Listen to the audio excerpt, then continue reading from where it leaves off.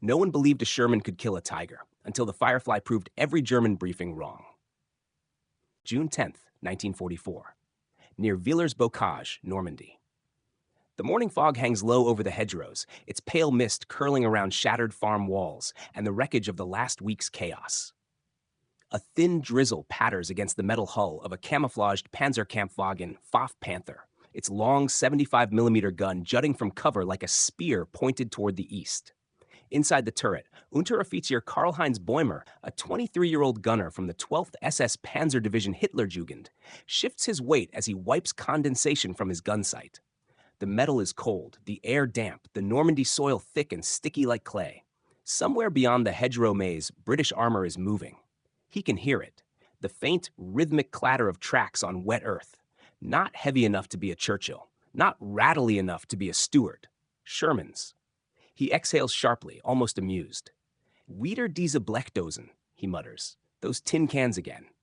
The Panther commander, Oberfeldwebel Dietrich Hahn, smirks as he adjusts his headset. Let them come. They never learn.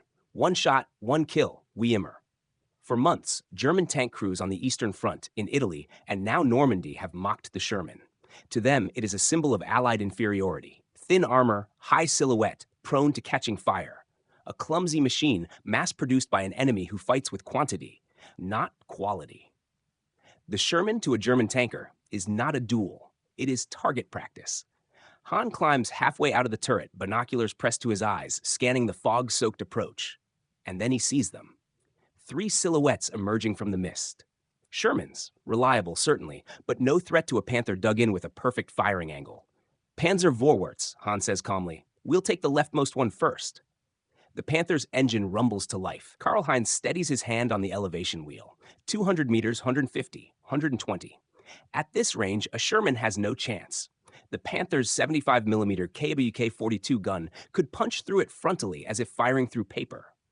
Feuerbereit, Karl-Heinz whispers, but something feels off. The lead Sherman is slightly different, the barrel longer, thicker at the breech, a strange shape welded onto the turret. He leans closer to the sight.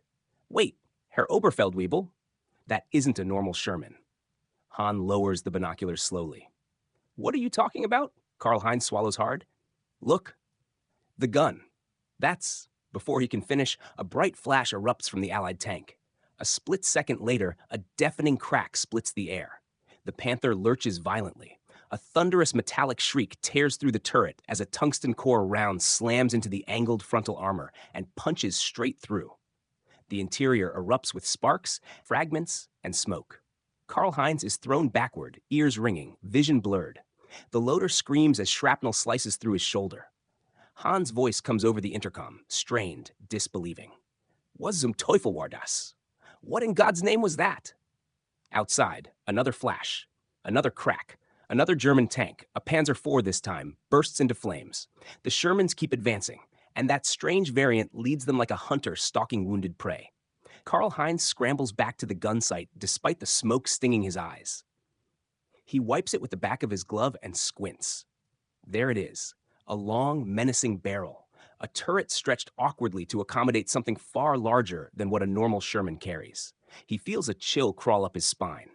Herr Oberfeldwebel, ich glaube, das ist ein Firefly. I think that's a Firefly. Hahn freezes. The British 17-pounder gun, the weapon German commanders dreaded, has finally reached Normandy, and it's pointed straight at them. The Shermans spread out, fanning through the hedgerows like predators coordinating the kill. The Firefly halts momentarily, adjusts its aim, and fires again. Its muzzle flash illuminates the mist in a blinding white blaze.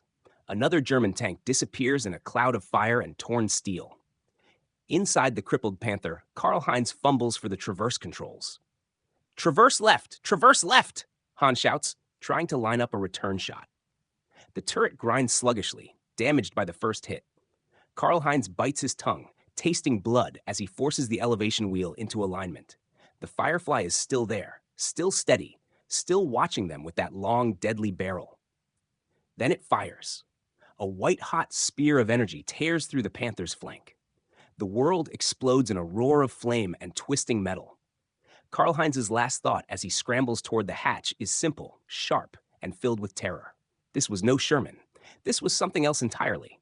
Welcome to WWII Forgotten Fronts, a channel dedicated to the untold battles, the overlooked heroes, and the hidden machines that shaped the Second World War. Here we dive beyond the famous headlines to uncover stories buried in diaries, lost archives, and forgotten frontlines. If you're passionate about deep storytelling, real wartime experiences, and cinematic history, you've just found your new home. Make sure to subscribe, leave a like, and share this video. Your support helps this channel continue bringing these forgotten chapters of history back to life. Now, let's step into the past. June 10th, 1944.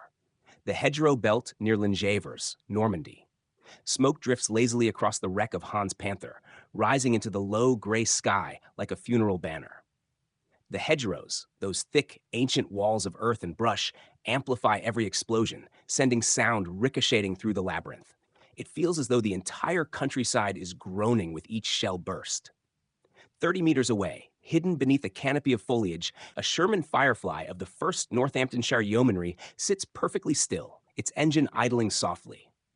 The tank commander, Sergeant James Jimmy Hall, peers through a sliver in the leaves, watching the Panther burn.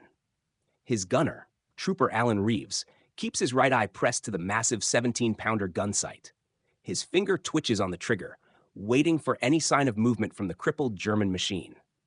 "Hits clean," Reeves says. "Went straight through him." Hall nods slowly, but his breathing is tight.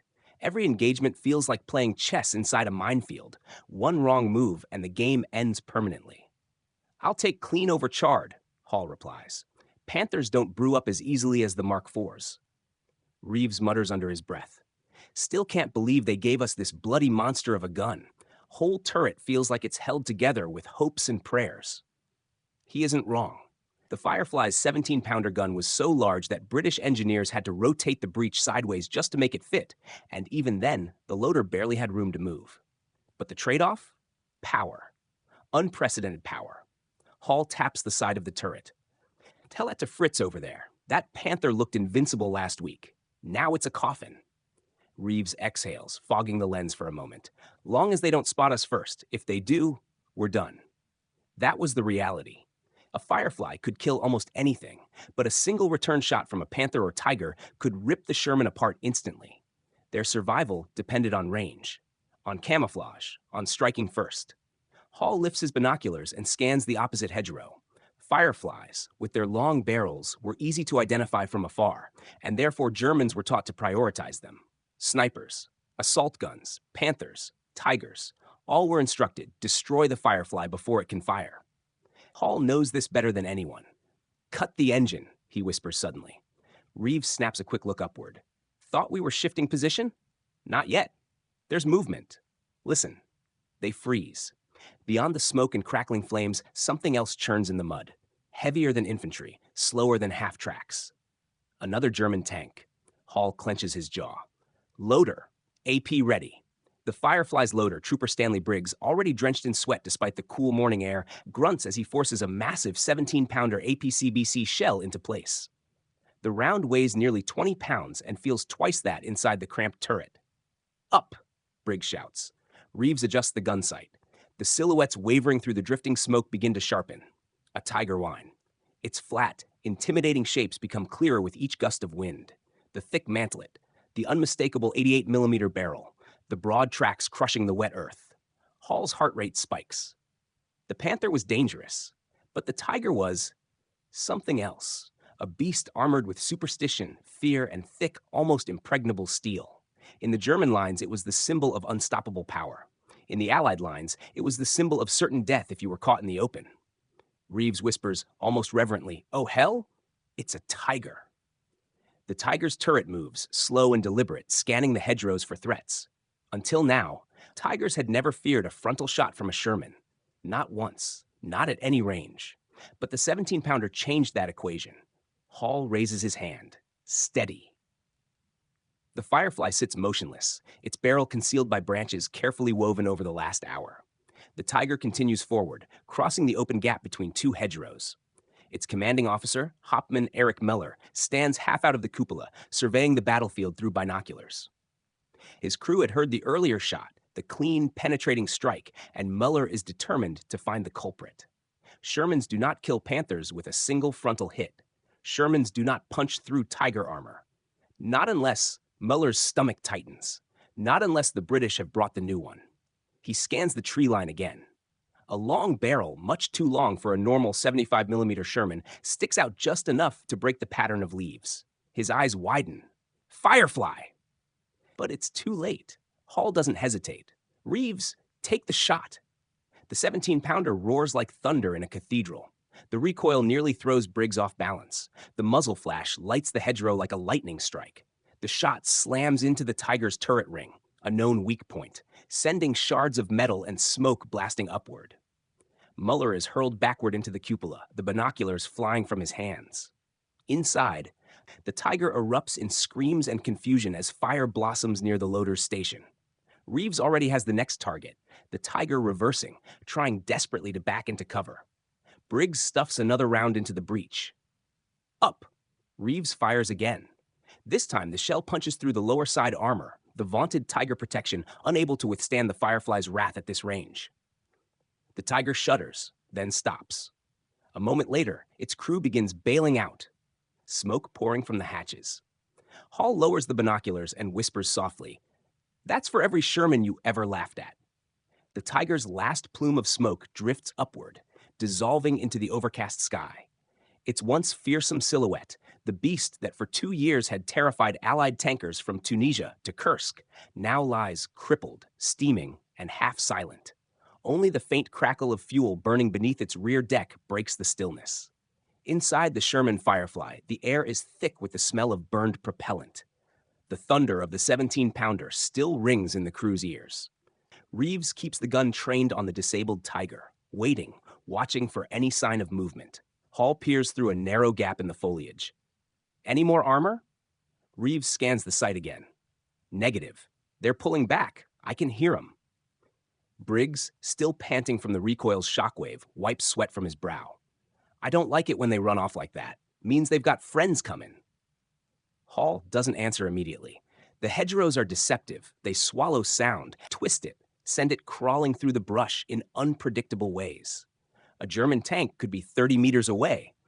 A gun barrel poking straight through a hedge, and a British crew wouldn't know until they were looking straight into the muzzle flash. He lowers the binoculars and steadies his breathing. The battlefield is shifting, and the Germans know it. German forward command post. 400 meters west. A temporary command post has been established inside a half-collapsed farmhouse, its tile roof shattered from an artillery strike days earlier. Maps are pinned to a wooden table, weighed down by empty ammunition boxes and a half-finished ration tin. 2 radios crackle constantly, their static filling the air. Hauptmann Ernst Keller, operations officer for the 2nd Panzer Regiment, stands over the map with fists clenched. Reports are flowing in rapidly. Panther destroyed by frontal penetration. Panzer IV knocked out at 300 meters. Tiger disabled by shot to turret ring. Identified enemy vehicle, Sherman Firefly. Keller squeezes his eyes shut. So it's here, he mutters. The British brought the long gun. Beside him, Lieutenant Hugo Straub, commander of a Panther platoon, shakes his head in disbelief. That armor thickness, we tested it in Belgium. The Sherman shouldn't be able to do this. Keller taps the map sharply. They've upgunned it. The British mounted the 17-pounder. It was only a matter of time. Straub slams a gloved fist onto the table. But the range, the angle, they hit us before we even saw them. That, Keller replies dryly, is what happens when your tank is the size of a barn door in a hedgerow. Straub's jaw tightens. He knows it's true. Panthers excel in open ground, in sweeping plains, not this claustrophobic maze where every turn hides a gun barrel. A radio operator turns, pale-faced. Herr Hauptmann, another Panther has been hit. Crew reports penetration through the mantlet. Long-barreled Sherman confirmed. Keller doesn't respond immediately. He stares at the burning red pins marking lost vehicles. Panthers used to laugh at Shermans, he says at last. The crews thought it was a sport. But now, he exhales heavily, now the game has changed. Back in the field, Firefly Position Hall knows the Germans won't retreat for long. They're too stubborn, too proud, and far too accustomed to dominance in tank combat. Briggs, Hall says quietly, we might be buggered if they bring up another platoon. Briggs nods grimly. Aye, Sergeant, this isn't exactly a fortress. Reeves adjusts the gun's elevation. I'd kill for one of those turret motors the Yanks have. Faster traverse could save our arses. Hall cracks a faint grin despite the tension. Careful what you wish for. You'll end up driving one of their petrol stoves. But the truth is unavoidable. The Firefly can kill Tigers. The Firefly can kill Panthers. But the Firefly is still a Sherman, with the same thin armor and tall profile as every other M4. If they're spotted first, they die. Hall listens closely to the wind pushing through the hedgerows. The thick foliage whispers like thousands of tiny voices. Then he hears it. Footsteps. Soft, close, too deliberate to be animals. Dismounting infantry, he mutters. German counterattack, most likely. Reeves shifts uncomfortably. With Panzerfausts? Almost certainly. Briggs tightens his grip on the spent shell casing he hasn't yet tossed aside. Hall raises his hand, signaling silence. Then, faint, muffled voices in German drift through the vegetation. Dort, die lange Kanone, das ist der Firefly. They've identified the Firefly. Hall's stomach drops. If the Germans know which Sherman carries the 17-pounder, they'll try to take it out with infantry before bringing in more armor. He whispers urgently, "All crew, hold steady, quiet. We move after I say the word." The German infantry creeps closer, brushing against the hedgerow like ghosts. Hall can't see them yet, but he knows they're forming up for a flanking move. The Firefly's engine is silent. Its barrel is still. Its crew frozen inside like statues. Reeves breathes through his teeth. They're right on top of us. Hall slowly raises his Thompson submachine gun, ready to burst out of the turret if needed.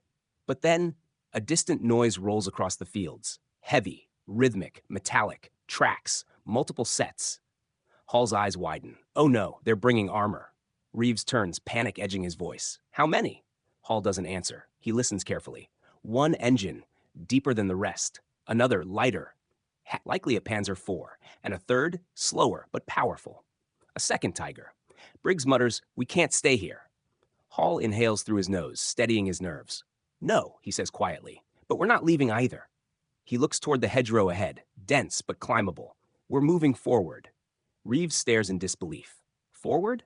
Toward the Tigers? Hall lowers himself into the turret, voice calm but urgent. Yes, into the next hedgerow. We change position before they reach ours. If we don't move now, we die here. He slams the hatch shut. Driver, advance. Quiet as you can. The Firefly lurches into motion, foliage scraping its hull. The Germans are hunting them, but the Firefly will hunt back. June 10th, 1944. Western approaches to Lingevers, Normandy. The Firefly crawls forward, its tracks sinking into the mud as it pushes through the dense hedgerow. Branches snap like brittle bones under its weight. The tank's engine, though throttled low, still rumbles just enough to make every man inside tense with fear of being heard. Hall crouches inside the turret, one hand resting on the breech, the other clenching the periscope handle. He can feel the vibration of the tank through the soles of his boots, the steady, determined heartbeat of a machine that has suddenly become the most dangerous predator on this battlefield. But the hunter knows one thing. In the hedgerows, everything can become prey. Hall whispers into the intercom, "Driver, slight left, slow it down. There's a slope up ahead." The Firefly rises over a small earthen berm, its barrel brushing against a thorny tangle of vines. Briggs reaches up to push foliage aside before it snags the gun mount. Inside, the sound of German voices grows softer behind them. The enemy infantry has lost track of the Firefly's movement, for the moment. Hall lifts the periscope slightly. On the other side of the hedgerow lies a narrow sunken lane stretching east-west, bordered by two high walls of ancient vegetation.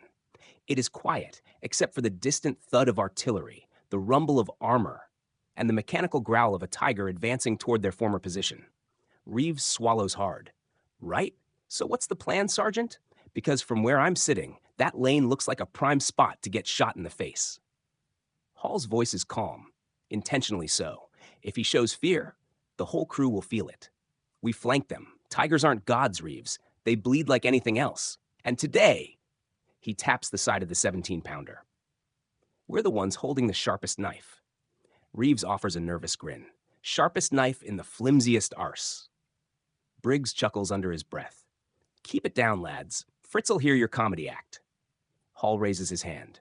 All right, traverse 10 degrees left. Gun forward. Briggs, you watch for infantry. They'll try to finish what their tanks start. The Firefly edges into the lane. Mud sloshes beneath the tracks. The sunlight breaks through the clouds in thin, watery beams that shimmer across the tank's olive-drab hull. The moment they enter the lane, Hall's gut tightens. To the left, a rise leading toward an orchard. To the right, another hedgerow wall. Straight ahead, a bend that blocks sight from both directions.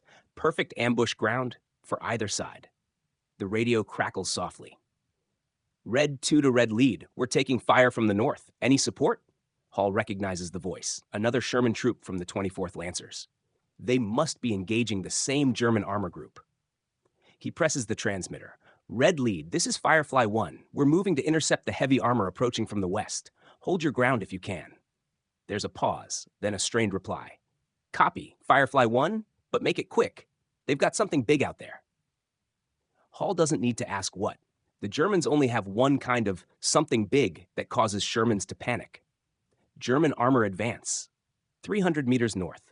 Hauptmann Müller, bruised but alive, has transferred to a Panzer IV after his Tiger was disabled. His blackened face and torn uniform make him look less like an officer and more like a man who crawled out of a furnace. 3 tanks form behind him. A surviving Panther with smoke-blackened Zimmerit, a fresh Panzer IV Ausf H, and a second Tiger, its engine roaring like an angry beast.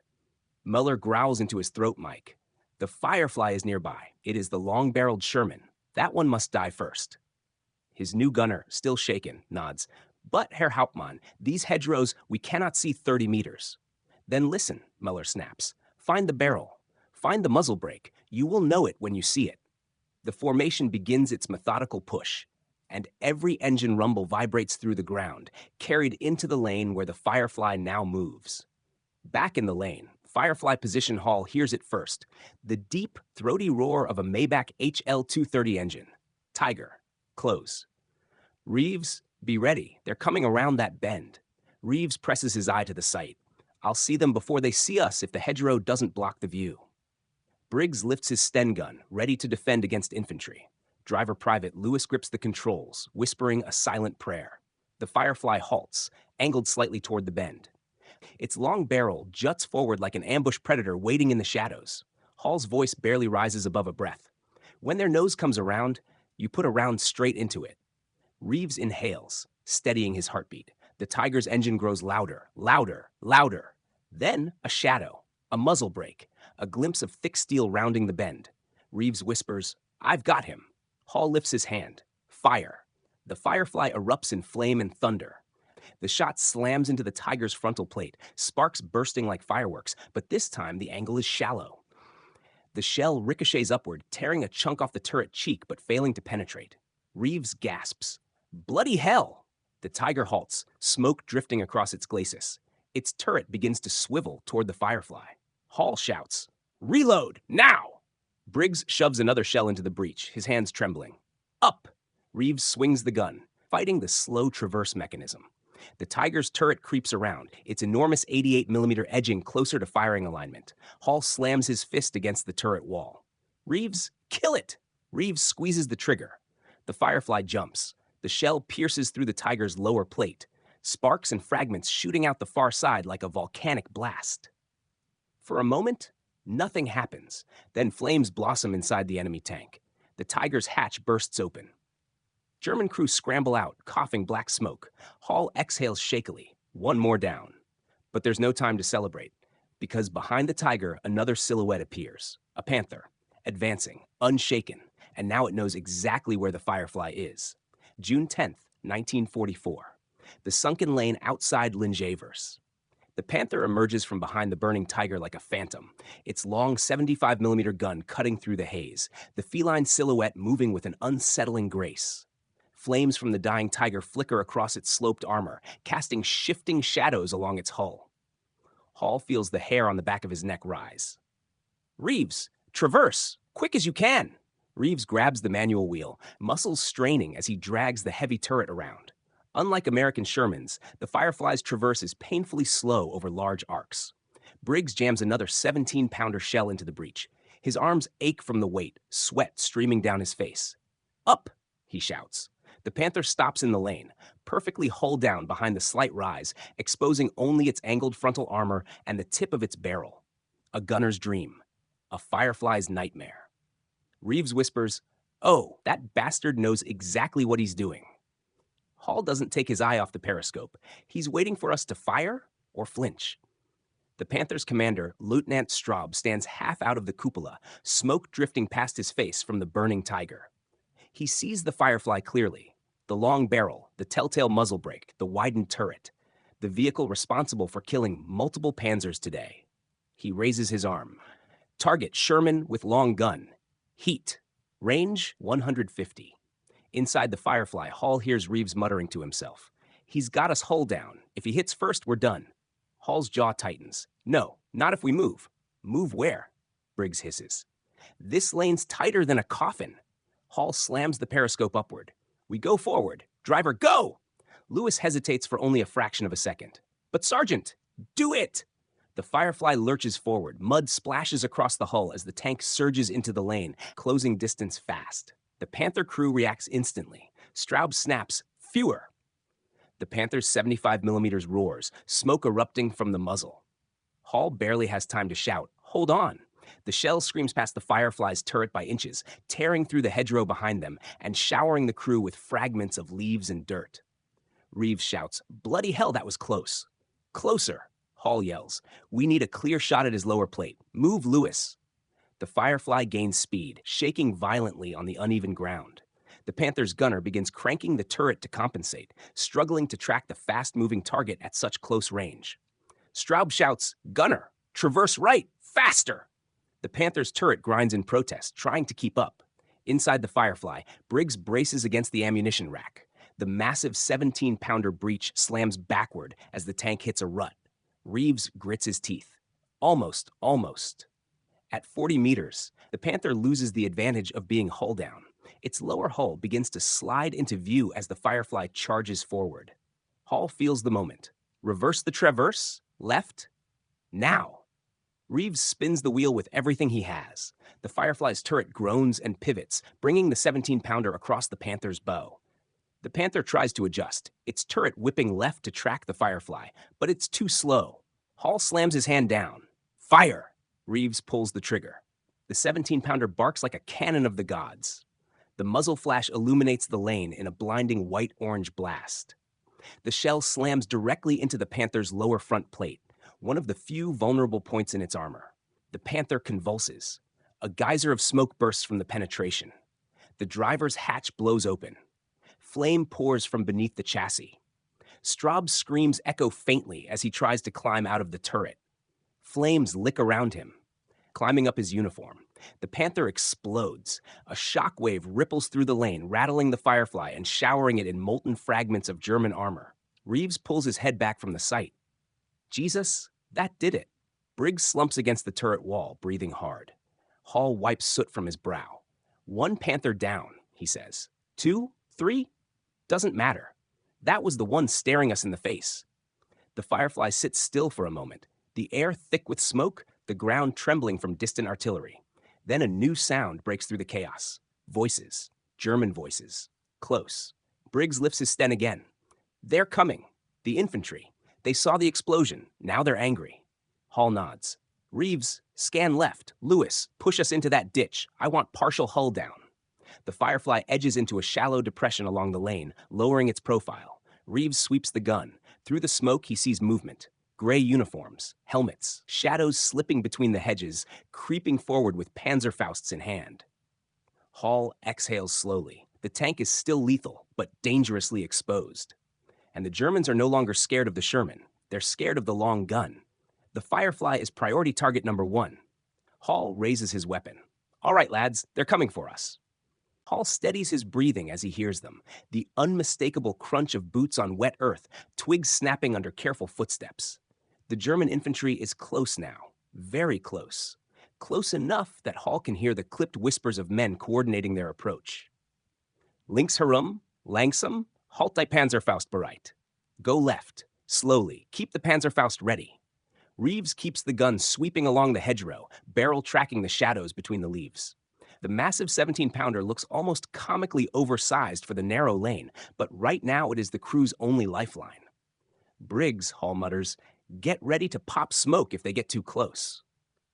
Briggs nods, gripping the launcher tightly. Inside the cramped hull, Private Lewis tenses behind the controls. The Firefly is angled in the ditch, hull down enough to shield most of its body, but exposed enough that well-placed infantry could slip into its blind spots. Reeves whispers, "Got movement, 10 o'clock low." Hall shifts the periscope. Through the dense web of branches, he catches glimpses of gray uniforms and field caps creeping along the opposite hedge. One soldier raises a Panzerfaust, its long tube reflecting a sliver of light. Hall's voice turns sharp.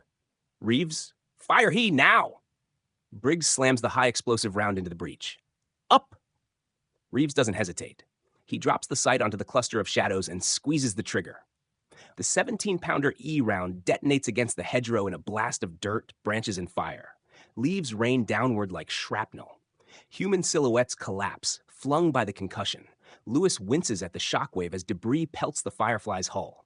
Hall shouts, "Reload HE!" Briggs grabs another shell, muscles straining against the cramped turret. Reeves swings the barrel right. More movement. German soldiers scatter into cover as smoke and dust billow from the exploding hedge. A second infantryman darts forward with a Panzerfaust, dropping to one knee, aiming directly at the Firefly. Reeves sees him. Target, right side. Briggs shoves the shell home. Up! Fire! Another thunderous explosion erupts, obliterating the hedgerow and sending the German rocketing backward, Panzerfaust tumbling from his grip. Hall watches him vanish into the smoke. "One got too close?" he mutters. "There will be more." And there are, because the Germans have seen something they've never seen before. A Sherman that kills their heavy tanks, and keeps killing, again and again. To them, the Firefly is no longer a nuisance. It's a nightmare. German infantry assault. 40-meter fighter Rolf Dietrich, a veteran of Kharkov, crouches with his squad behind a hedge torn by Firefly shell bursts. His ears ring. Splinters jab his uniform. But he forces himself to focus. "That is the one," he growls, pointing toward the sunken lane. "The long barrel, the one that killed the Panther." His squad looks nervous. One soldier holds a Panzerfaust, hands shaking. Dietrich shoves him. "Halt still. You fire. You kill that beast." He knows the Sherman Firefly is killing their armored backbone, the Panthers they once bragged about, the Tigers they swore were invincible. Dietrich raises his binoculars, peeking through a gap. He sees the Firefly's turret. He sees the length of the barrel. He sees the muzzle brake that has haunted German briefings for months. And he sees the British adjusting positions, hunting his comrades. Dietrich bares his teeth. "Flank them. Use the ditch. Stay low. They must not escape." Back in the lane, the Firefly holds its ground. Hall lifts his head from the periscope. "They're maneuvering," he warns. "Coming around from the right side. Probably the ditch." Reeves swings the gun. "Can't depress that low if they're right beside us." "I know," Hall mutters. "That's their game." Briggs loads another HE shell. Hall tenses. "Lewis, reverse us 6 feet. Then hard right. Bring the nose around." Lewis clutches the controls. "Ready." "Do it." The Firefly jerks backward, treads grinding loudly. Mud splashes upward as the tank pivots in the narrow lane, its heavy chassis scraping against dirt walls. Branches drag across the turret like fingernails on metal. Then a grenade arcs over the hedge. "Grenade!" Briggs yells. It bounces off the turret ring and lands on the back deck. Hall reacts instantly. "Lewis, forward! Shake it off!" The Firefly lunges ahead. The grenade rolls off the engine deck and detonates behind them, showering the lane in dirt and flame. Lewis gasps. "They're right on top of us." Reeves steadies the gun. "Give me a target. Come on, show yourselves." Hall scans through the periscope. The hedgerow to the right rustles. A German helmet. A Panzerfaust tube. A soldier stepping into position. Hall doesn't think. He acts. He pops the hatch, raises his Thompson, and fires a burst directly into the foliage. The German collapses backward, weapon falling uselessly at his side. Hall ducks back in, slamming the hatch shut. Briggs stares at him. "You're bloody insane." "Not yet," Hall replies, breathing hard. "But we might be before this is done." The Germans regroup. Their shouts grow louder. More boots, more movement, more Panzerfausts being primed. Reeves lifts the next round into alignment. "Sergeant, they're massing," Hall nods. "Then we kill as many as we can before they get close enough to kill us." He grips the periscope tighter. This is a fight for survival now. The gray tide is coming, and the Firefly stands alone. The Germans come like a rising tide. Shadows flicker between the hedges. Boots splash through mud. Panzerfaust tubes jut from the foliage like hunting spears. Grenadiers push forward under the rising smoke of two dead tanks, driven not by confidence, but by desperation. They must kill the Firefly. They must. Hall sees it in every movement, every silhouette. This isn't a probing attack anymore. It's a full assault with one purpose: eliminate the long gun before it destroys any more armor. Inside the Firefly, the crew sits in near darkness as smoke from previous shots clings to the walls. Reeves keeps the gun slewing back and forth, searching for the next threat. Briggs crouches by the ammunition racks, sweat dripping from his chin. Lewis grips the controls like a man bracing for an earthquake. Hall raises the periscope. Reeves, left hedge. Movement. Reeves shifts. I see it. One infantryman. No, two. Two with Panzerfausts. Hall hisses. Take them. Briggs slams another shell home. The Firefly roars. The 17-pounder obliterates a section of hedgerow in a storm of splinters and dirt. The blast sends bodies tumbling backward, their shouts swallowed by the explosion. But smoke and debris cloud the lane, obscuring visibility. Reeves curses. Can't see a bloody thing now. They'll use that smoke to close in. Hall grips the periscope tighter. He knows Reeves is right. Every time they fire, the Germans use the moment of blindness to move another 10 or 15 meters. It's textbook infantry armor coordination. Except the Germans don't have armor supporting them. They just want the Firefly dead. A voice echoes through the haze. Feuer! Feuer auf das lange Rohr! Fire! Fire on the long barrel! Lewis tenses. They're calling the position out, he whispers. Briggs swallows hard. They're too bloody close. Hall keeps his voice firm. We've held before. We hold again. But even as he says it, doubt gnaws at him. The Firefly was built to kill tanks, not waves of infantry at spitting distance. German assault group, 15 meters north. Obergefreiter Dietrich pushes forward with two remaining men. His ears still ring from the last shell blast. His uniform is ripped, his helmet dented, his rifle nearly torn from his hands, but his eyes burn with fury. That Firefly, that cursed British tank, it is killing us all. He squeezes his Panzerfaust tube, knuckles white. Cover me, he orders. I'll take the shot. His comrades nod nervously. Dietrich edges forward through a narrow gap in the hedge, crawling low, mud caking his sleeves. Branches claw at his uniform. Smoke stings his eyes. He stops. There, through the clearing, the Firefly's long barrel, barely 20 meters away. He raises the Panzerfaust. He aims. He exhales. Inside the Firefly, Reeves wipes dirt from his gun sight. Hall, I've got nothing. Too much smoke. Hall presses his ear to the turret wall. Then he hears it. A rustling. Soft. Close. Too close. He snaps to the periscope. A flicker of movement. A tube. The unmistakable silhouette of a Panzerfaust aiming directly at them. Hall's voice explodes. Reverse! Reverse now! Lewis slams the controls into reverse. The Firefly lurches backward violently, treads spinning in the mud. At that precise moment, Dietrich fires. The Panzerfaust shrieks across the lane, leaving a comet tail of smoke behind it. It hits the edge of the Firefly's turret, but at an angle. A miracle. The shaped charge warhead glances off, detonating in a burst of flame that scorches the metal and rattles the crew inside, but fails to penetrate. Briggs screams over the explosion. We're hit! We're hit! Hall shouts back. No penetration! We're still alive! Reeves curses, slamming the traverse wheel. I see him! Bastards reloading! Hall yells. Up! Briggs shouts. Reeves fires. The shell hits the hedgerow like a hammer from God, vaporizing Dietrich and sending the remaining two soldiers flying backward in a cloud of dirt and foliage. Reeves exhales shakily. That one was too bloody close, Hall nods, breath tight. One more shot like that and we're done. New threat. A crack in the trees. Lewis speaks up suddenly. Sergeant, I hear tracks. Hall's head snaps up. From where? Lewis points to the right-hand hedge with trembling fingers. That way. Reeves stiffens. No. We killed the Tiger and the Panther. There can't be more. But the sound grows louder, a low rumble, a grinding of gears, treads dragging through brush. Hall lifts his periscope. Through a gap in the smoke, a silhouette, broad hull, distinctive side skirt, a long-barreled cannon. Hall's stomach drops. A Panzer IV, fresh one. Reeves stares, stunned. Oh, you have got to be joking. Briggs whispers, we can't fight armor and infantry at the same time. Hall turns cold. No choice. The Panzer IV breaks through the hedgerow like an animal bursting from its cage, its turret already turning toward the Firefly. Hall shouts, "Reeves, AP, take the shot!" Reeves is already rotating the turret. Briggs grabs an armor-piercing shell. Lewis tightens his grip on the controls. The Panzer IV's gun stabilizes. The Firefly's barrel steadies. 2 crews, 2 shots, 2 seconds. Hall raises his hand. Fire! The Firefly recoils. The lane flashes white, and the Panzer IV fires at the same instant. 2 shells cross paths in a blur of death. 2 shells scream across the narrow lane.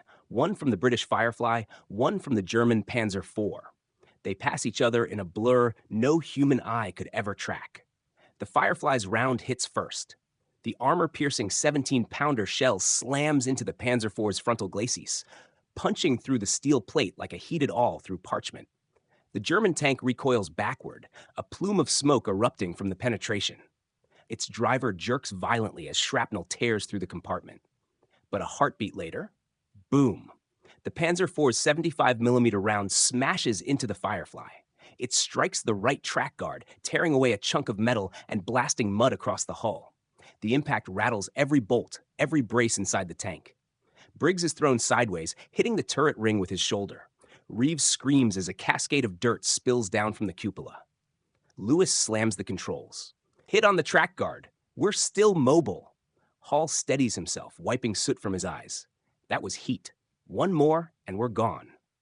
Reeves pushes his face back onto the sight. Panzer's still alive. He's backing into cover. And he is.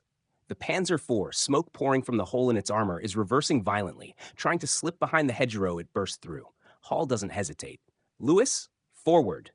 The Firefly lurches toward the gap, treads chewing mud. Reeves, finish him. Reeves adjusts, but the Panzer IV's movement makes the shot nearly impossible in the narrow lane. Too much brush. Too fast. Hall slams his fist into the turret wall. We either kill him now or we get another round in the face. Briggs shoves a second AP round into the breach. Up! Reeves takes a breath. Come on, come on. Through the swirling smoke, the Panzer IV's turret struggles to rotate. Its gunner is wounded, the traverse slow and uneven, but he manages to bring the barrel around just enough to fire again. Reeves whispers, "Not today." He fires. The 17-pounder AP shell slams into the Panzer IV's turret mantlet. The German tank's entire turret bursts outward. A sheet of flame erupts from every hatch. The commander's cupola blasts open like a pressure valve. The tank collapses into the hedge, dead. Reeves lets out a shaking breath. Got him. Briggs slumps against the hull. That's 3 Panzers today. 3. Hall doesn't celebrate. He can't, because beyond the burning Panzer IV, the hedgerow is alive again. German infantry, dozens of them. And now they've seen the Firefly's position perfectly revealed by the muzzle flash of the kill shot. Hall whispers, "Well, we've killed the armor." He lowers the periscope. Now we survive the infantry. German infantry, 20 meters east. The surviving grenadiers regroup behind a fallen section of Hedge. Their Feldwebel raises his MP40, shouting above the thunder of burning tanks. Vorwärts! Nehmt das Sherman mit der langen Kanone. Forward! Take the Sherman with the long gun. Grenades come out of pouches. Panzerfausts are armed. 2 MG-42 teams set up their bipods on an embankment. The Firefly has become the center of the battlefield, not because it is vulnerable, but because it is dangerous. It has killed the armor they trusted. It has humiliated tanks they bragged about. It has broken their momentum. And German doctrine is clear. Destroy enemy anti-tank weapons before all else.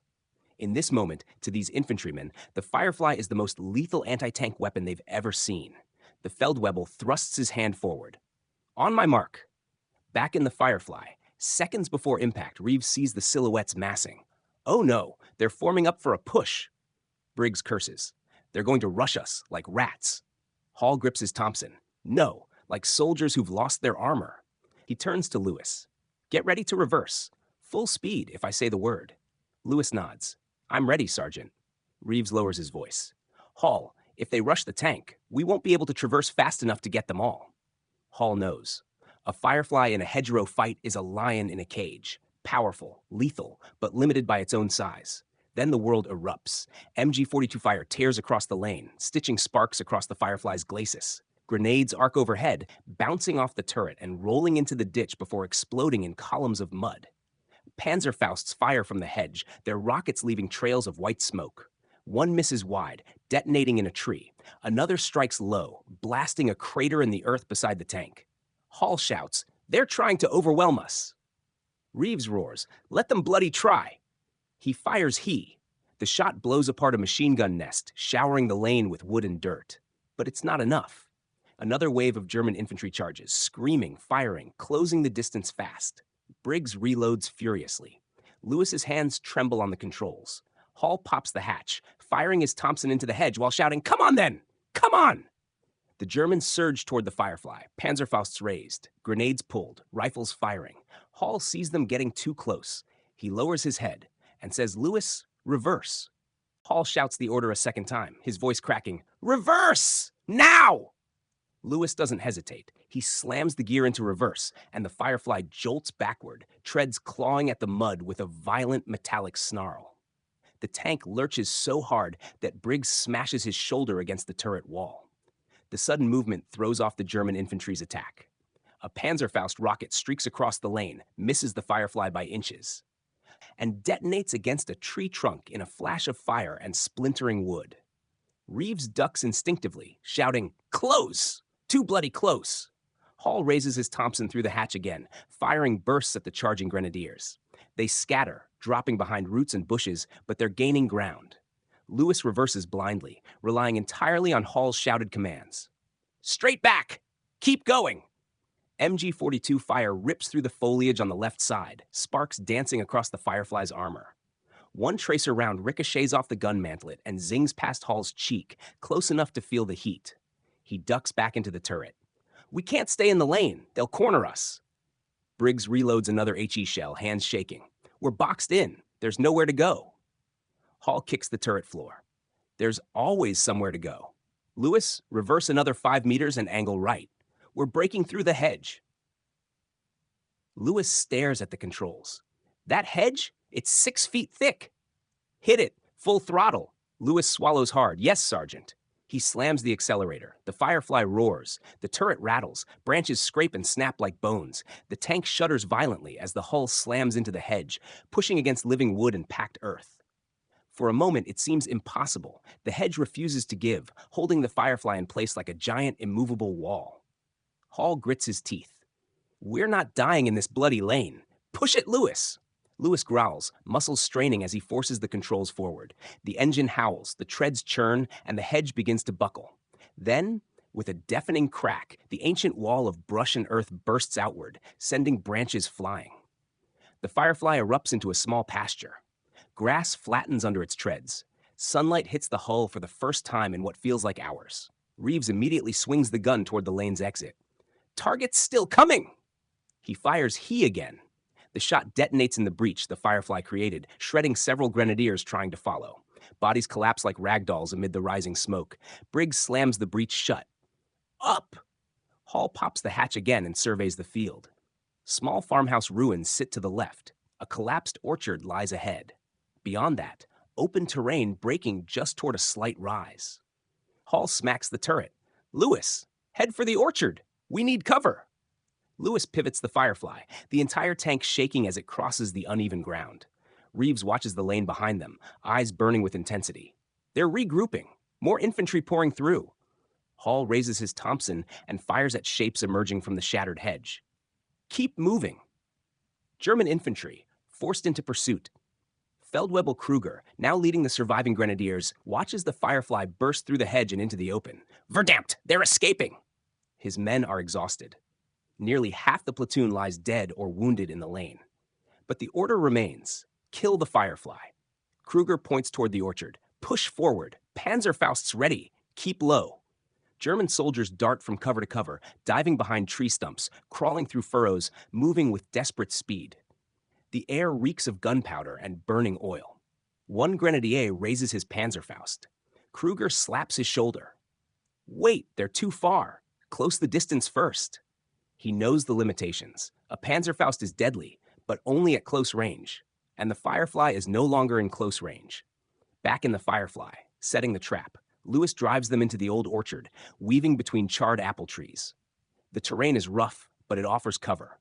Hall lowers the hatch but keeps his head just beneath it, peering through the gap. "Reeves, find a hull-down spot. We're turning this around." Reeves blinks, confused. What? We're engaging again?" Hall nods. Yes, on our terms this time. Briggs laughs dryly, nearly hysterical. You're mad, but I like it. The Firefly reaches a slight depression. Lewis angles the hull downward, exposing only the turret to the open field behind them. Reeves grins through the sweat and soot. Now this I can work with. Hall watches shadows moving along the field's edge. Briggs, get he. Lots of it. On it. Hall whispers to himself. They want the long gun. Let them come. German grenadiers enter the killing ground. The German infantry emerges from the hedge, sprinting across open ground toward the orchard's edge, thinking the Firefly is retreating. But it isn't retreating, it's waiting. Reeves steadies the sight. Come closer, just a bit closer. Kruger sees a flicker in the orchard and realizes too late. Deckung! Cover! Reeves pulls the trigger. The 17-pounder HE round erupts in a massive thunderclap, tearing through the charging grenadiers like a storm of steel and fire. Trees splinter. Earth explodes. Men scream and scatter. Briggs is already loading. Up! Reeves fires again and again. Each blast rips apart the German assault, turning open ground into a wasteland of craters and broken bodies. The momentum shifts. The tide breaks. Hall grips the periscope tightly. That's right, run! The Germans falter. Some fall back. Some crawl to safety. Some drop their weapons entirely. Because now they know. The Firefly isn't running, it's dominating. But the fight isn't over. Far down the field, Hall spots something new. A distant silhouette. Low, angular, moving toward them. Hall's breath freezes. Reeves, we've got armor. Reeves stiffens. What kind? Hall lowers the periscope. I can't tell yet, but it's coming straight for us. June 10th, 1944.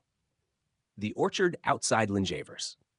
A cold silence falls across the field. Smoke from burning trees drifts through the orchard, curling around the Firefly's turret in ghostly ribbons. Shell craters are still steaming. Broken branches litter the ground. The German infantry who survived the Firefly's HE barrage scatter across the hedgerow, dazed and terrified. But Hall is not looking at them. He is staring toward the distant field, toward a shape pushing through the haze. Reeves, Hall murmurs, voice tightening. Get ready. We've got armor moving on us. Reeves presses his eye against the gun sight, adjusting the focus. Range, hard to tell through this smoke. 200 meters? 250? Briggs, chest heaving, reaches for another AP round almost reflexively. Lewis mutters under his breath, please tell me it's not another Panther.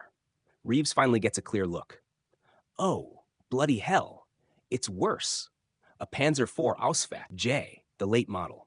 Shirts and side skirts, thicker frontal armor, improved optics, a well-trained crew, a tank that, under the right circumstances, can kill a Sherman Firefly at equal range.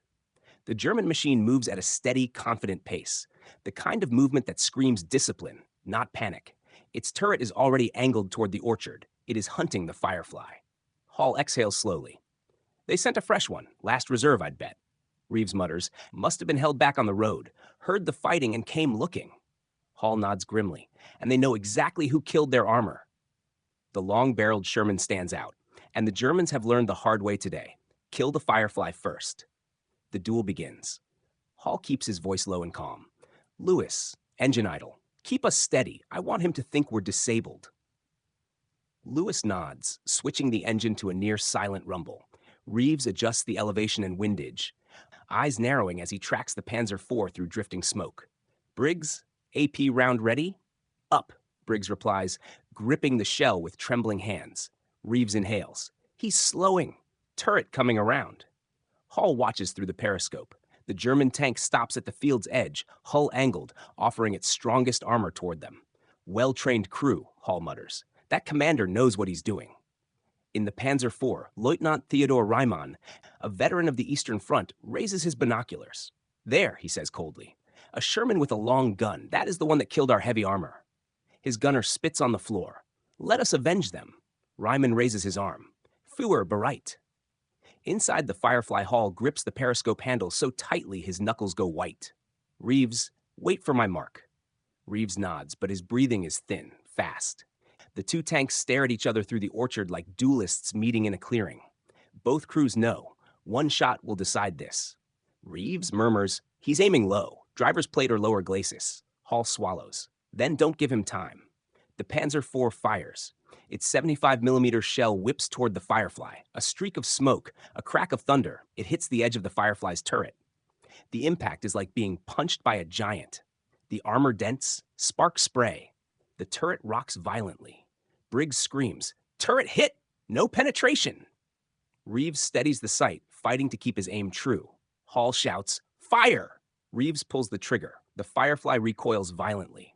The 17-pounder round slams into the Panzer IV's glacis, but the angle is too steep. The shell ricochets, screaming upward into the sky. Reeves curses, "Damn it! Not enough angle!" Hall lowers the periscope, face pale. He angled the hull perfectly. That commander's no amateur. Lewis whispers, "What do we do now?" Hall breathes deep. "We move. Quick and short." He leans into the intercom. "Driver, reverse 3 meters, then pivot left." Lewis obeys without question. The Firefly jerks backward, treads churning mud, then pivots just enough to shift their position.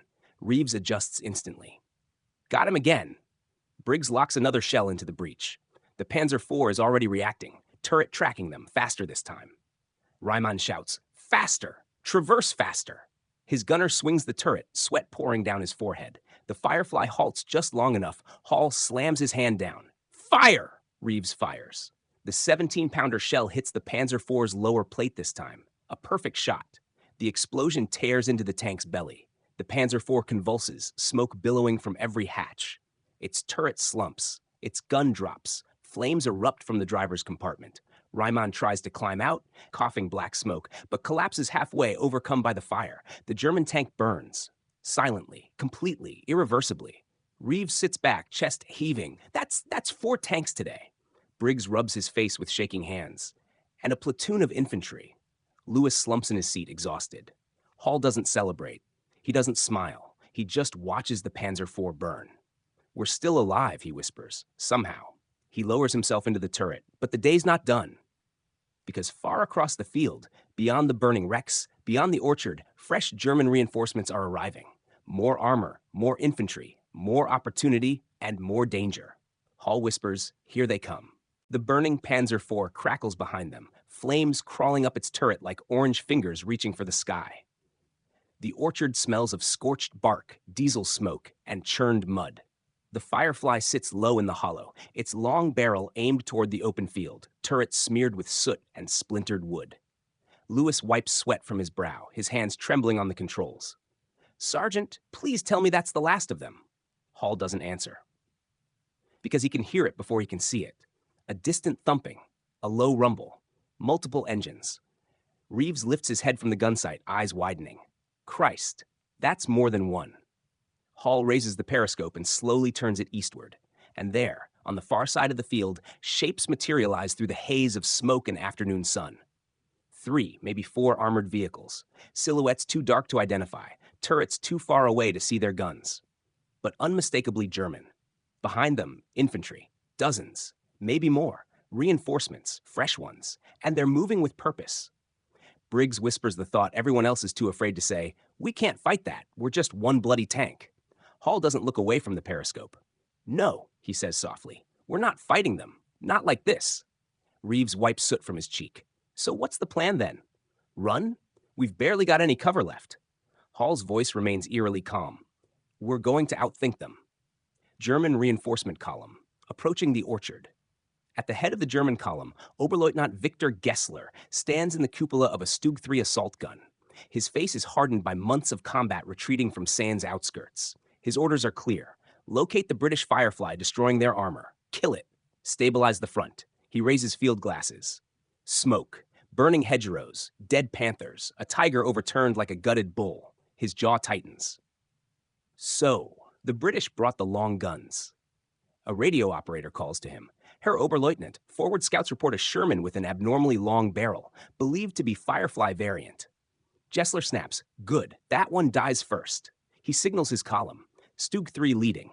2 Panzer IVs behind. Grenadiers fanning out on the flanks. They advance. Back in the Firefly, Hall's calculations. Hall lowers the periscope. "Reeves, what's the ammo count?" Briggs answers. "AP shells, 5 left. E, 8. That's it." Reeves exhales sharply. "We're running dry." Lewis clenches the controls. "Sergeant, we can't take on 3 or 4 more German tanks. Not after everything. We won't make it." Hall nods slowly. "You're right." Then he points through the orchard. "Which is why we're not going to fight them from here." Reeves blinks. "What? This is our best cover." Hall shakes his head. "No, this is where they expect us to be." He kicks open the hatch and climbs halfway out, scanning their surroundings. To the southwest lies a narrow cattle trail leading toward a series of sunken farm lanes. Another hedgerow system rises beyond it, twisting, confusing, built centuries before tanks ever existed. Hall's eyes narrow. That, he says quietly, is where we'll kill them. Briggs opens his mouth. Sergeant, that's suicide. They'll see us crossing the open ground. Hall taps the side of the turret. No, they won't. Not if we time it right. He scans the German formation again. Gessler's Stug moves slowly, methodically, stopping occasionally to scan the orchard. They haven't committed fully yet. They're advancing cautiously, afraid of the Firefly's sting. Hall smirks. Good, let them fear us. He ducks into the turret. Lewis, keep the engine low. Wait for my mark. Lewis nods, swallowing hard. Hall studies the enemy's spacing, timing their advance by the rhythm of their engine noise. Then he sees it. A gap. A perfect moment. Lewis, Hall whispers, when I say go, you drive like hell. Reeves mutters, why do I have a feeling this is going to hurt? Hall raises the periscope one last time. The Stug's turretless hull is facing away. The Panzer IVs are spaced too far apart to react instantly. The infantry is adjusting formation, not watching the orchard. Hall lowers the periscope. Go! Lewis slams the accelerator. The breakout. The Firefly bursts from the orchard in a spray of dirt and shattered branches. Its engine roars, treads tearing ruts into the field. Reeves and Briggs are thrown against the turret walls as the tank bounces over debris. Behind them, Gessler's head snaps toward the sudden motion. There! Firefly! Crossing the field! Panzer IVs engage, he orders. Shells whine through the air. One slams into the ground 2 meters behind the Firefly, blowing a crater of earth skyward. Mud pelts the hull. Another round streaks overhead, ripping through a tree. Lewis is shouting through gritted teeth. Holding steady! Holding steady! Reeves braces the gun, trying to stabilize the optics. They tear across open terrain, racing for the next hedgerow. Hall leans into the hatch, shouting coordinates. Left, left, cut across that rise. Lewis turns sharp left. The Firefly nearly tips from the force, then rights itself, engine screaming in protest. A German Stug lines up the shot. Gessler's gunner shouts, target locked. Briggs closes his eyes. God, not like this. The Stug fires. The shell whistles across the field. A perfect trajectory, a perfect kill. The Firefly disappears into a dip in the earth at that exact second. The shell misses by inches. Hall screams, keep going. Lewis pushes the tank harder. The Firefly slams into the next hedgerow and bursts through it, showering the crew in leaves and dirt. They vanish from German view. Behind them, Gessler curses into his mic. Find that Firefly. That tank dies today. His column continues the hunt. The Firefly speeds through the sunken lanes, wounded but alive, hunted but not defeated. And Hall whispers, you want us? He looks toward the next ambush point forming in his mind. Then come find us. June 10th, 1944, south of Ligny, Normandy. The Firefly barrels down the narrow cattle trail, treads kicking up mud and broken leaves. The hedgerows tower overhead like living fortress walls, turning the lane into a deep, shadowy trench. Hall grips the periscope tightly, directing Lewis through each bend. Keep it steady. Watch that right wall. These lanes get narrow. Lewis threads the tank through the constricting trench. Branches scrape the hull, showering the crew with dust and debris. The Firefly's engine growls, echoing off the earthen walls. Briggs wipes sweat from his brow. They'll be right behind us, Sergeant. Those Germans aren't letting us go. Reeves keeps his hands on the elevation wheel, breathing slowly to steady his aim. They want us dead more than they want their tanks back. Hall nods grimly. That's why we're going to choose where we fight, not them. He gestures to the map tacked to the hull wall. A crude sketch of the ancient farm lanes drawn earlier by British scouts. There's a junction ahead, he continues. 3 lanes meet there. High banks, lots of cover, perfect bottleneck. Lewis forces a thin smile. So we're the Spider then? Hall gives a short, humorless laugh. A Spider with 5 AP shells left. Reeves mutters, better than none. Behind them, the German pursuit. The German column pushes through the smoke in staggered formation. Grenadiers sprint along the edges for protection, while the Stug 3 leads, its low silhouette weaving through the terrain. Oberleutnant Gessler is furious. Every yard of ground is littered with the consequences of this one British tank's existence. Dead Panthers, a gutted Tiger, a burning Panzer IV, dozens of infantrymen. The Firefly has become a legend in a single day. And legends, he knows, destroy morale unless they are crushed. Halte die Kolonne eng. Gessler shouts into the radio. Keep the column tight. His Stug churns forward, smashing through a section of hedge torn apart by earlier fighting. We corner them in the lanes, he says to his gunner. They cannot hide there. Not from us.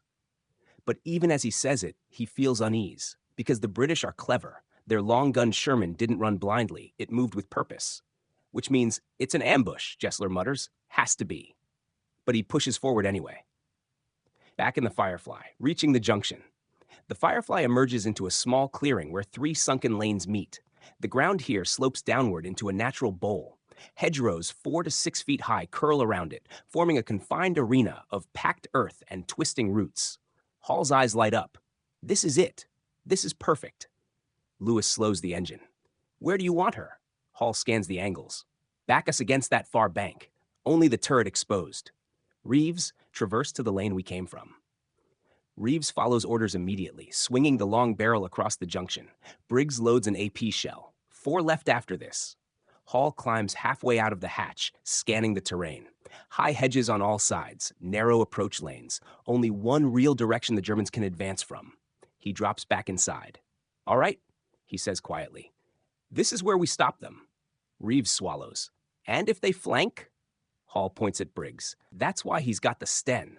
Briggs smirks darkly. Aye, ready to greet guests.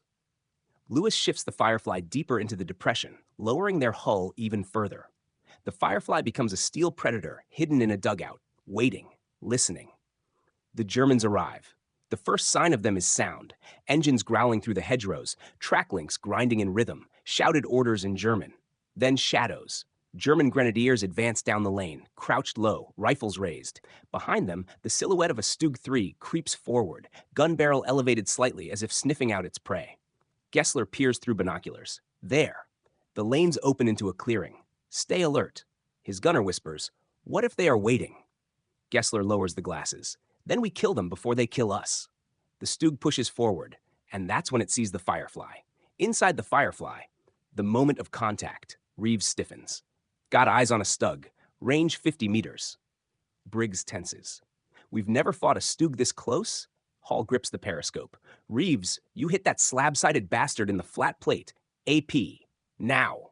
The Stug's shield-like front plate is thick, but flat. Perfect for the 17-pounder. Briggs slams the shell home. Up, the Firefly roars. At this range, the 17-pounder's AP shell doesn't just penetrate, it annihilates. The round tears through the Stug's frontal armor, bursting out the rear hull plate in a shower of fire and molten steel. The assault gun erupts, flames shooting skyward. The grenadiers scatter. Hall shouts, Reeves, right lane, more coming. Reeves swings the turret. Smoke, dust, and German helmets appear in the lane. 3 soldiers kneeling with Panzerfausts. Briggs grabs HE. Up! Fire! The 17-pounder erupts again, blasting the entire lane into a wall of flame and shattered earth. German bodies vanish in the explosion. But the fight is not over, because through the smoke of the destroyed Stug, 2 more silhouettes appear. Panzer IVs, both advancing. Hall's voice drops to a whisper. Oh, hell! Reeves steadies the gun. Briggs reaches for the last AP rounds. Lewis whispers, we hold here or we die here. Hall inhales slowly. We hold. June 10th, 1944, the junction of the sunken lanes south of Linjeversmannis.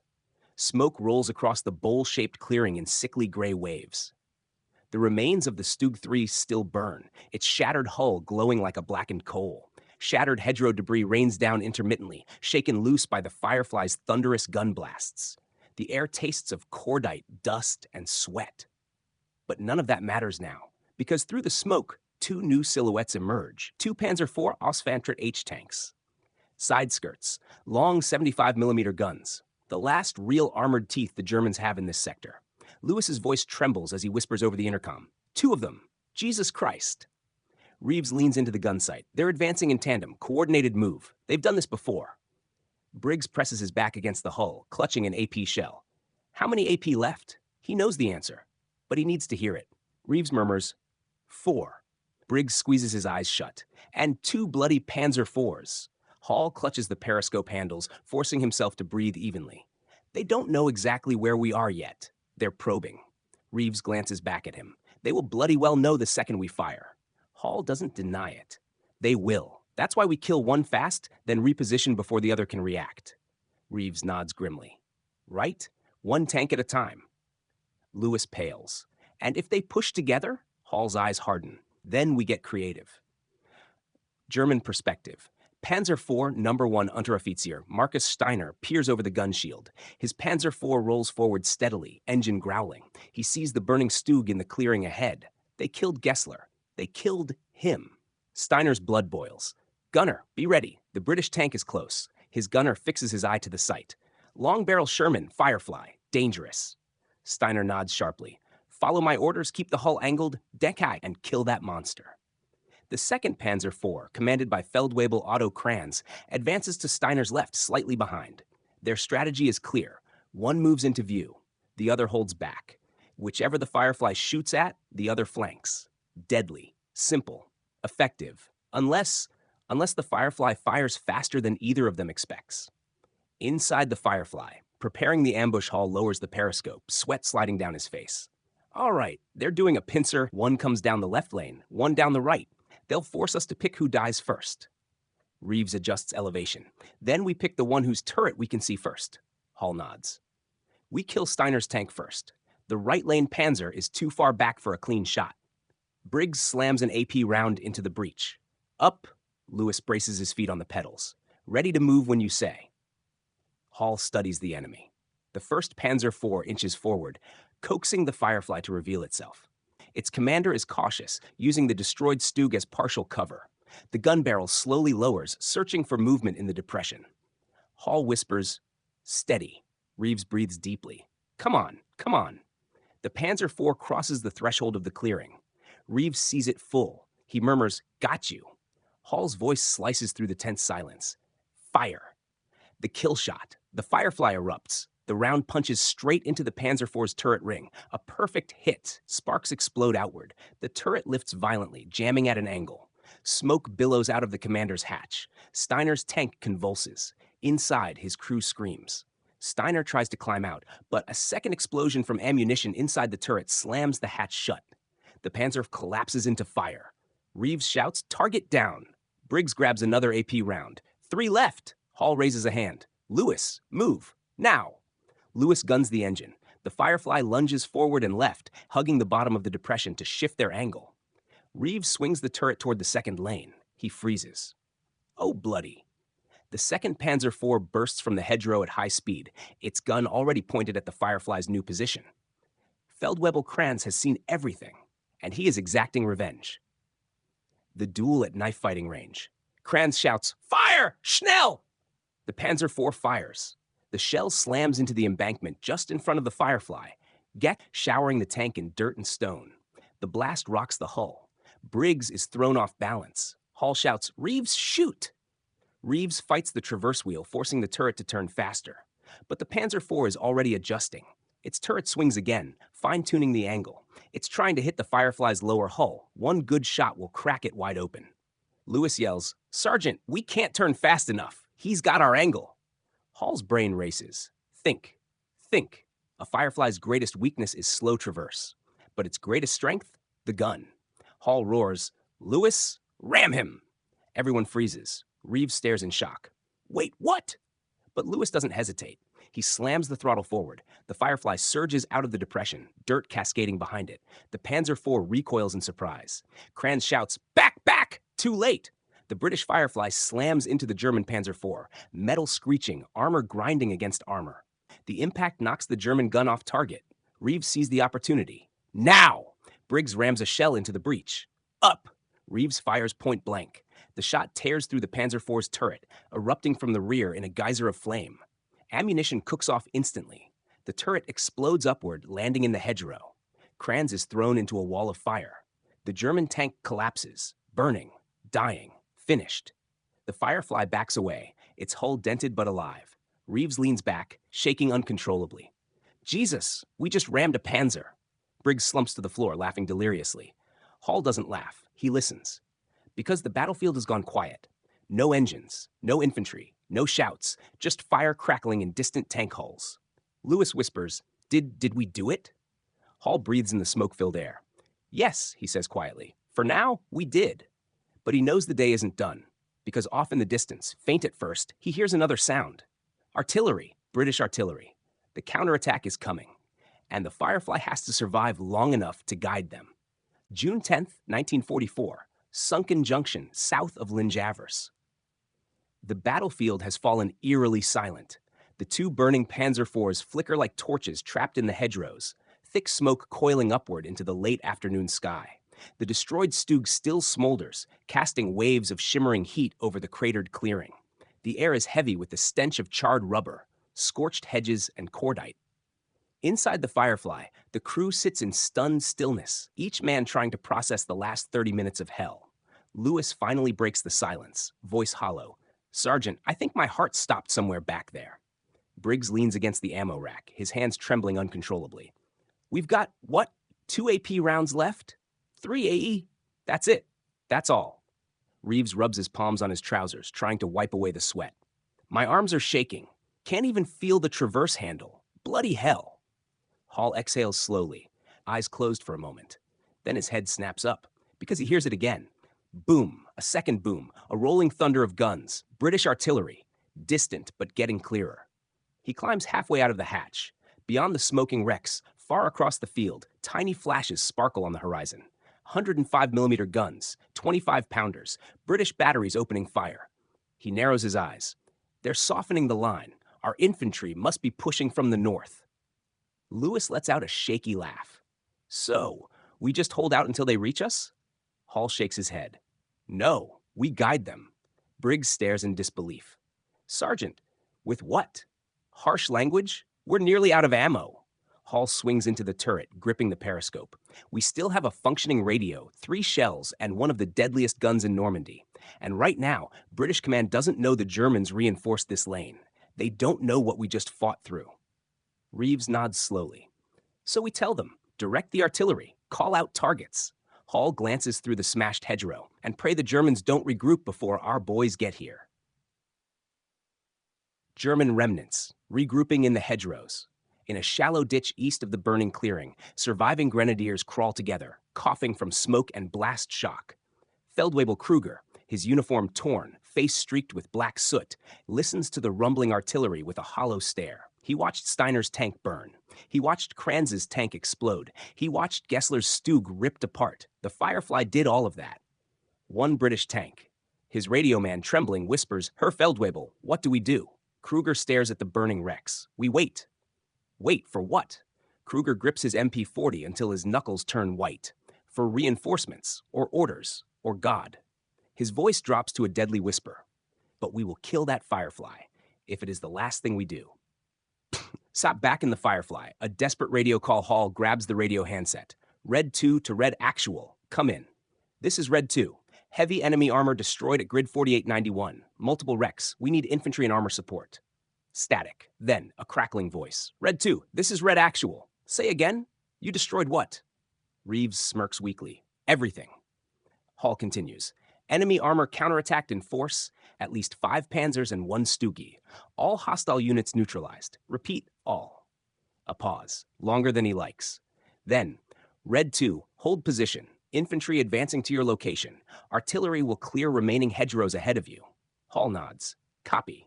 Red 2 out. He lowers the handset. The crew stares at him. Lewis wipes his face. So we really just keep sitting here in the bowl until our lads show up? Hall adjusts the periscope again. No, we reposition. If German infantry regroup, they'll come through the southern hedge. Briggs, grab the Sten. Reeves, load HE. We're going to sweep the approaches while we have the chance. Reeves frowns. But that lane's narrow, too close for 17-pounder shots. Hall nods. We're using the Firefly as a wall. You shoot anything that moves in that hedge. Briggs crawls toward the hull floor, grabbing the Sten and a spare magazine. Lewis revs the engine. Where to? Hall points toward a shallow rise on the left side of the depression. Up the bank, angle us, show only the front plate. The Firefly grinds forward, climbing the earthen wall. Branches snap under the treads. The tank settles into a slight tilt, giving Reeves better visibility down the southern lane. Hall raises his head above the hatch. Eyes open, lads. Germans aren't done yet. The final push. German infantry returns. Kruger rallies the surviving grenadiers. Führerlinie bilden, smoke grenades ready, Panzerfausts forward. They advance cautiously through the hedgerows, stepping over bodies and wreckage. Smoke grenades hiss across the clearing, filling the air with thick white mist. Reeves curses. Bloody hell! Can't see a thing. Briggs raises his sten. They're coming! Hall braces against the turret. Steady. Wait until you see their silhouettes. Then he hears it. Footsteps. Dozens of them. Boots crunching leaves. Breathing. Murmuring German voices in the mist. Hall whispers, "Here they come." The fog swirls. A grenade lands near the Firefly, hissing. Reeves presses his eye to the sight. Shapes appear. Kruger's assault. Hall slams the hatch. Contact front! Reeves fires he. The clearing erupts. The blast tears through the smoke, sending bodies flying. Briggs opens fire with the Sten through the pistol port. Lewis reverses slightly to correct their angle. German voices scream. Gunfire rips. Hall yells, "Keep firing! Don't let them close!" The Firefly becomes a flaming beast in the fog. One more German charge. One last desperate attempt to kill the long gun tank. Hall shouts over the chaos. Hold the line. The orchard clearing vanishes in a choking white fog. German smoke grenades blanket the entire bowl-shaped depression, turning the air into a thick, swirling cloud, where every shadow looks like a rifleman and every footstep sounds like a threat. Inside the Firefly, visibility drops to nearly nothing. Reeves wipes condensation from the gun sight. "I can't see a bloody thing." Briggs pushes his back against the hull wall, jamming another magazine into the Sten. "They're closing! You can hear it!" Lewis grips the controls, knuckles white. "Sergeant, just say when to move." Hall's voice cuts through the panic like steel. "Hold, don't move unless they breach the hedge." He presses his helmet against the hatch rim, listening. Boots crunching, branches snapping, cloth brushing against leaves. The Germans are close, very close. Kruger leads the charge, MP40 raised, eyes narrowed in the fog. "Vorwärts, Panzerfaust nach vorn!" Forward, Panzerfaust to the front. His men surge behind him, ghostly shapes moving through white vapor. Inside the Firefly, the breaking point Reeves tenses. Movement, left lane.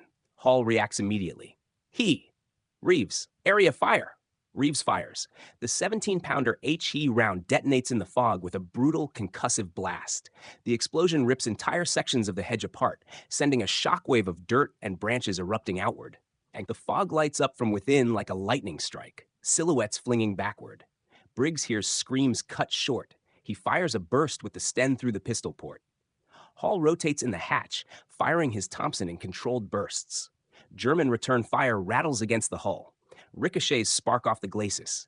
A machine gun burst chews into the hedgerow inches from Hall's head. Lewis ducks. "They've got MGs on the right!" Hall fires again.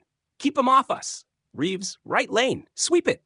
Reeves adjusts the gun, muscles trembling. "I need a target." Hall snarls. "Fire blind!" They're too close. Reeves slams the trigger. Another He shell detonates at point-blank range, blasting through the right side hedgerow. The explosion shakes the entire depression, sending clods of earth hammering against the turret like hailstones. The German push falters, but doesn't stop. Through the tearing fog, Hall sees shapes emerging again. Determined, relentless. Panzerfaust teams. 3 of them. He shouts, "Down! Briggs, left! Reeves, coax!" Reeves pivots the turret and unleashes a torrent from the Browning 30 cal. The machine gun spits fire, stitching the fog with tracer arcs.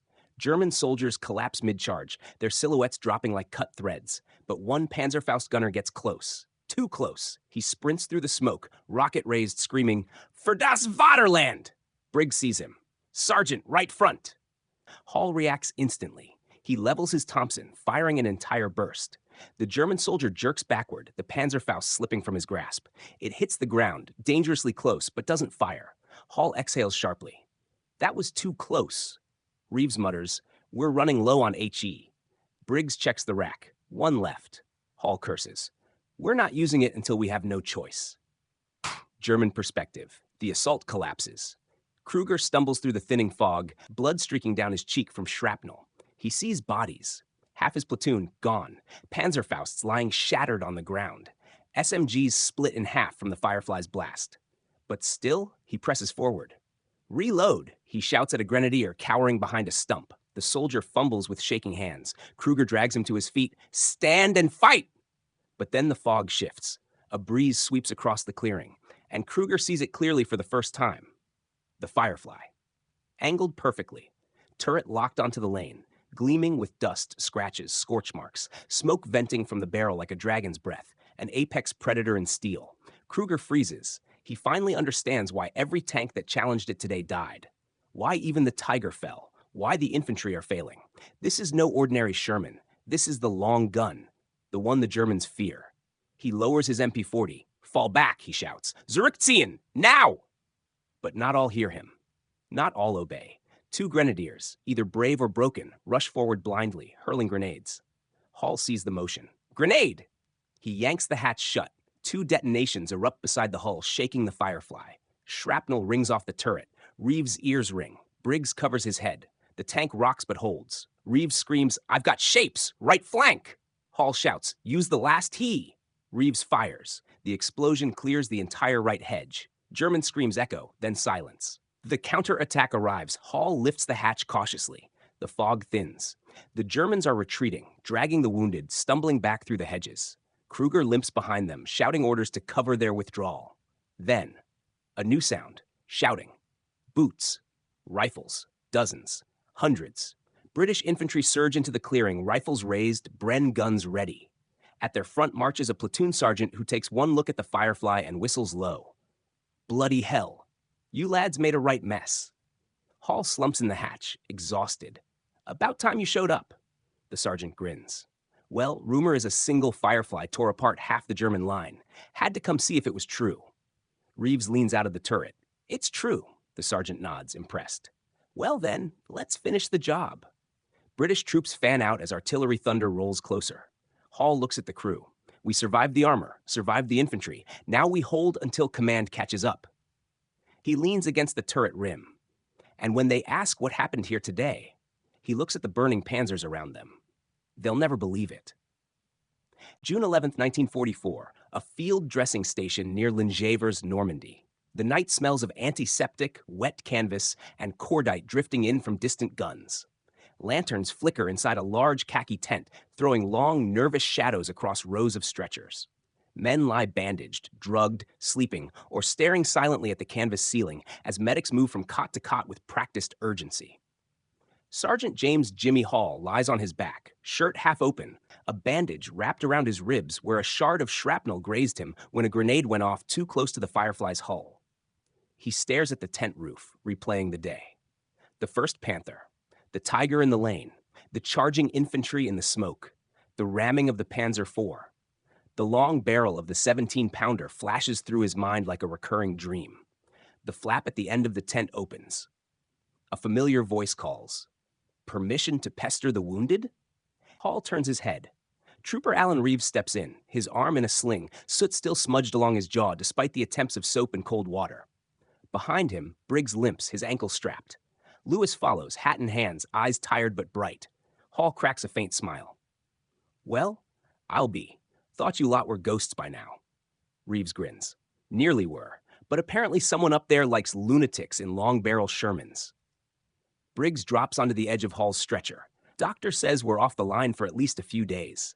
Firefly's getting patched up too. New track guard, some welds, a polish here and there. She'll be back. Lewis nods quietly. Word's already spread. Whole brigade's talking about it. 1 Firefly, 5 German tanks, and God knows how many infantry in one day. Hall frowns. Feels wrong to make a story out of it when half the lads in the next tent didn't come back. Reeves's smile fades. Yeah, but stories matter, Sarge. Especially when they tell Jerry that his Panthers and Tigers aren't invincible anymore. Hall lets that hang in the air.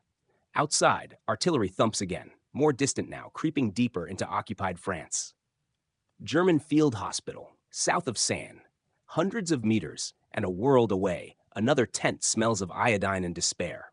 Obergefreiter Rolf Dietrich lies on a crude cot, head bandaged, one arm immobilized. He blinks slowly, fighting to stay awake as a weary German doctor moves to the next bed.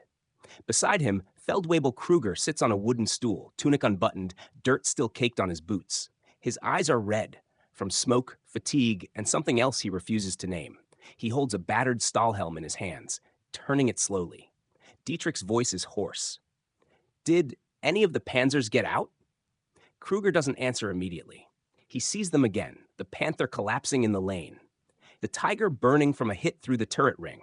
The Panzer IVs gutted one after another, the Stug erupting in a single blinding flash, all from that one British tank with the long barrel.